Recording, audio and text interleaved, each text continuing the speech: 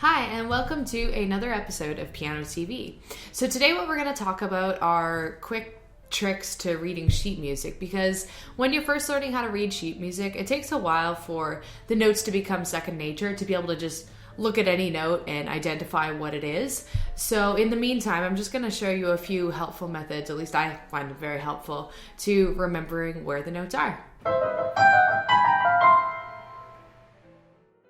So here's a picture of our treble clef. This clef also goes by another name, the G clef. So aside from it sort of looking vaguely like a fancy G if you really use your imagination, this little loop-de-loop here is actually encircling a note right here on the line, and this note is G.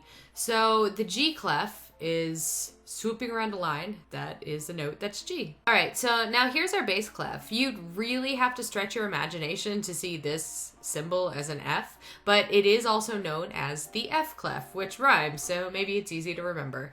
Anyway, it's called an F clef because these two dots right here are actually pointing to, you guessed it, the letter F. So that's how you can easily remember. If you can remember F clef, you can remember that this note on the lines is an F.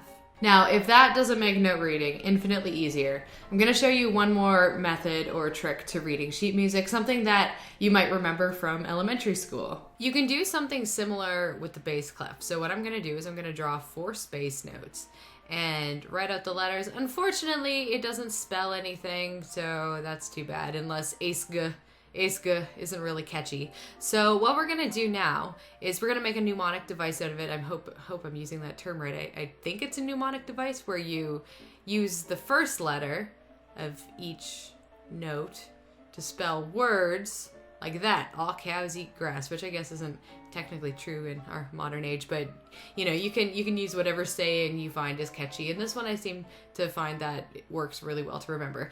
I don't usually do any methods to remember the notes on the lines because in this case you can just use logic. If you know that this is an A and this is a C, you could probably, figure out that the letter between A and C is B, or the letter between C and E is D, because hopefully you know the alphabet. And that is all for today. So hopefully that will give you another tool to reading sheet music more effectively. And eventually you will get to the point where you'll be able to just look at a note and know what it is. But until you get to that point, it's nice to have these little tricks under your belt. Thanks for watching this video. If you liked it, give a thumbs up on the like button thingy, and feel free to subscribe and comment and all those other things. Thank you and goodbye.